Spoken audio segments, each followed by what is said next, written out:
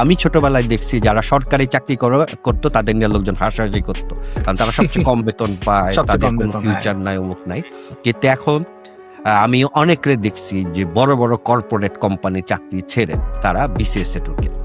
এর মধ্যে কেবল যে বেতন আর সুযোগ সুবিধা তা কিন্তু না, এর মধ্যে আরেকটা খেলা আছে। এই খেলাটা দুইটা খেলা আছে বেসিক্যালি। এই খেলাটার কথা তোমরা যদি অনুমতি দাও আমি বলি। এক নম্বর খেলা হচ্ছে যারা আমলাতন্ত্রে আছে তারা সবাই মিলে, কারণ তারা তো সিস্টেমটাকে রান করতে সহায়তা করে, আবার সিস্টেম নিজেই হতেছে একটা করাপ্ট, সে নিজেই একটা ফ্যাসিস্ট সিস্টেম। কাজে তারা একটা উইন উইন সিচুয়েশনে চলে গেছে। এটা একটা তোমার কি বলবো, এটা অলিগার্ডদের একটা ক্লাব হয়ে গেছে, ঠিক আছে?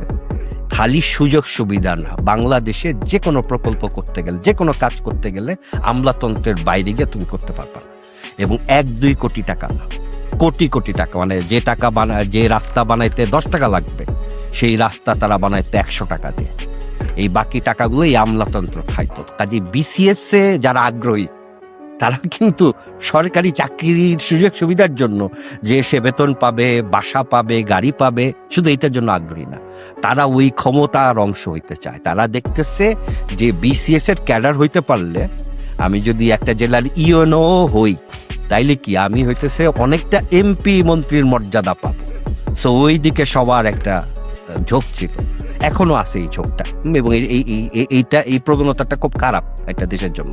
আর দ্বিতীয় কারণটা হইতেছে যেইটা হচ্ছে ভবিষ্যতে আমাদেরকে ভোগাবে বছর পর বছর, সেটা হচ্ছে বাংলাদেশে কোনো কর্মসংস্থানের কোনো সুনির্দিষ্ট ব্যবস্থাপনা নাই, একেবারেই নাই। বাংলাদেশে এই মুহূর্তে আমি যদি হিসাব করি প্রায় 4 কোটির আশেপাশে তরুণ আছে। এই 4 কোটি তরুণের মধ্যে একটা বড় অংশেরই কোনো চাকরি বাকরি নাই, এবং কোনো জীবিকার কোনো উৎস নাই, বা মান্থলি ইনকামের কোনো ব্যবস্থা নাই। এদেরকে যদি তুমি চ্যানেলাইজ করতে না পারো, মানে এদেরকে যদি কোনো কাজ দিতে না পারো, তাইলে ভবিষ্যতে এরা আরেকটা প্রবলেম হয়ে উঠবে।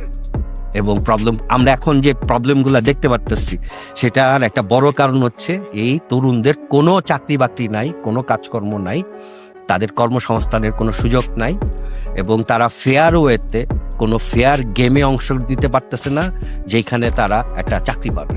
আমরা যেমন বিসিএস এর কোঠার কথা বলি, কিন্তু বিসিএস এর বাইরে বেসরকারি চাকরি, এটাও তো এক ধরনের কোঠা।